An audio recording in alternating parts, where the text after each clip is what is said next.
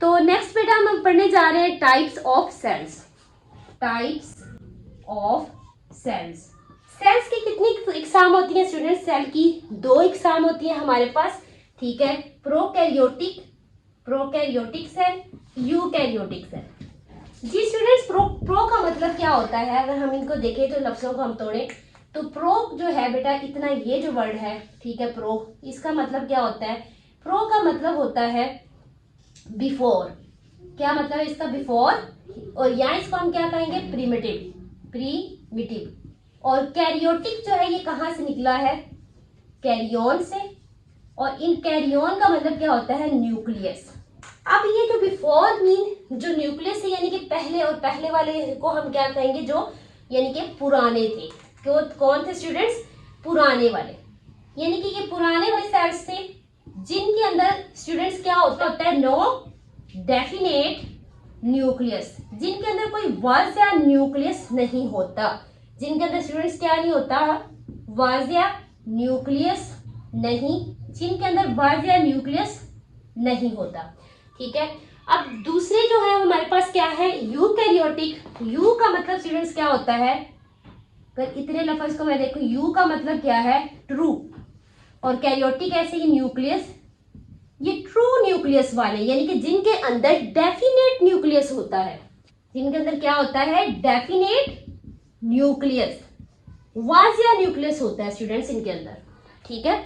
तो अब हमारे पास जो प्रोकैरियोटिक है, इनको हम क्या कहते हैं? सिंपल जानदार होते हैं, ठीक है बेटा। इनमें कौन से जानदार आते हैं? Simple organisms.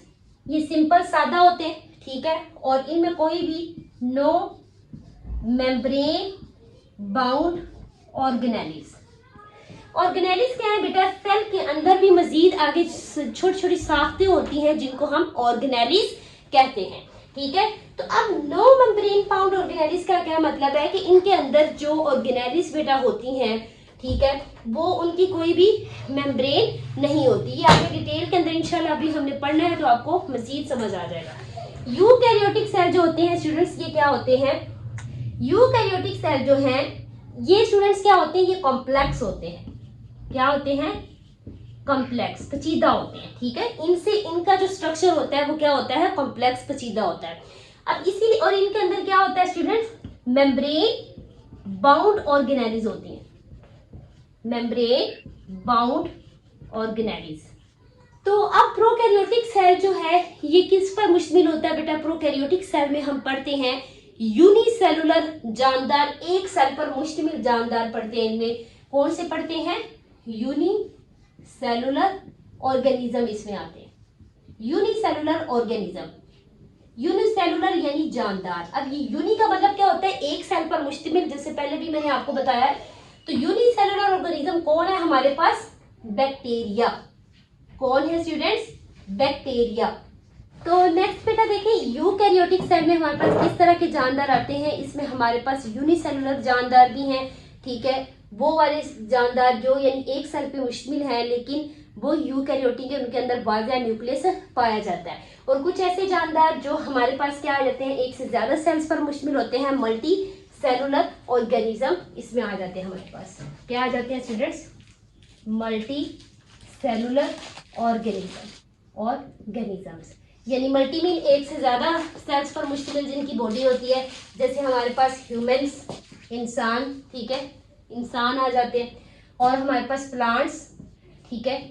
और आगे हमारे पास और भी हैं, ठीक है, जो हमने पिछले जो हमारा सेकंड चैप्टर है उसके अंदर क्लासिफिकेशन ऑफ ऑर्गेनिजम्स की जो हमने की है, उसके अंदर हमने पढ़ा हुआ है 5 किंगडम क्लासिफिकेशन जो है, ठीक है। वो भी इंशाल्लाह लेक्चर देंगे तो उसमें आपको वाज़िया पूरे किंगडम जो है ना इंशाल्लाह पढ़ाऊंगी, तो फिर आपको समझ आएगा।